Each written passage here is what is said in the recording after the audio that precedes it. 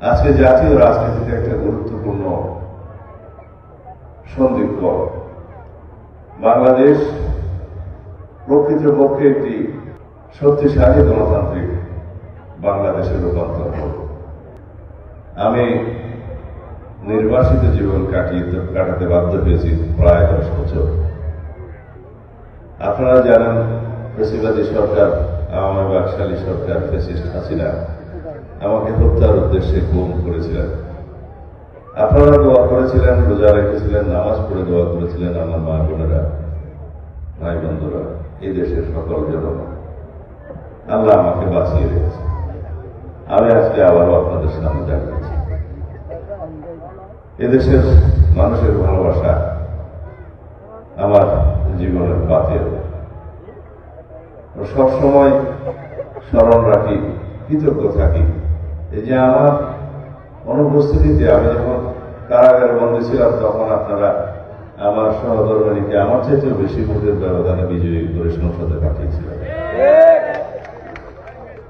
কি করে ভুলি?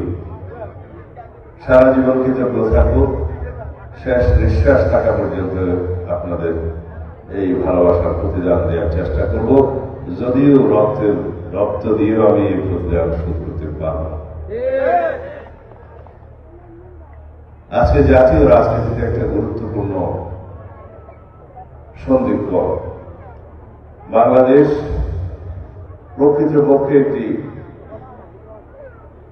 শক্তিশালী গণতান্ত্রিক বাংলাদেশের রূপান্তর হবে।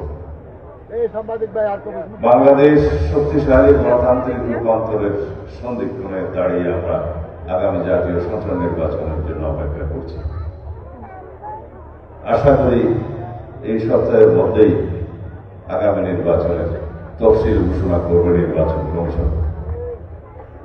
আমরা যেটুকু জানি, আগামী ফেব্রুয়ারির প্রথমার্ধে ইনশাআল্লাহ বাংলাদেশের এই ঐতিহাসিক বাংলাদেশের পরিবর্তনের সূচনাকারী জাতীয় সংসদ নির্বাচন অনুষ্ঠিত হবে।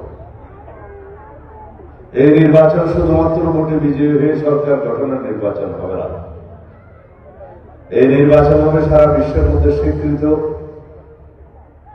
এবং প্রশংসিত একটি নির্বাচন।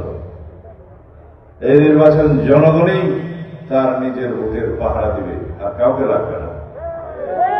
দীর্ঘ 16-17 বছর আওয়ামী ফ্যাসিবাদের কবলে পড়ে এই দেশের মানুষ ভোটাধিকার হারিয়েছে, গণতান্ত্রিক অধিকার হারিয়েছে, বাংলাদেশের নাগরিকদের সকল রকমের অধিকার তারা হারিয়েছে, অধিকার ভোগ করতে পারে নাই।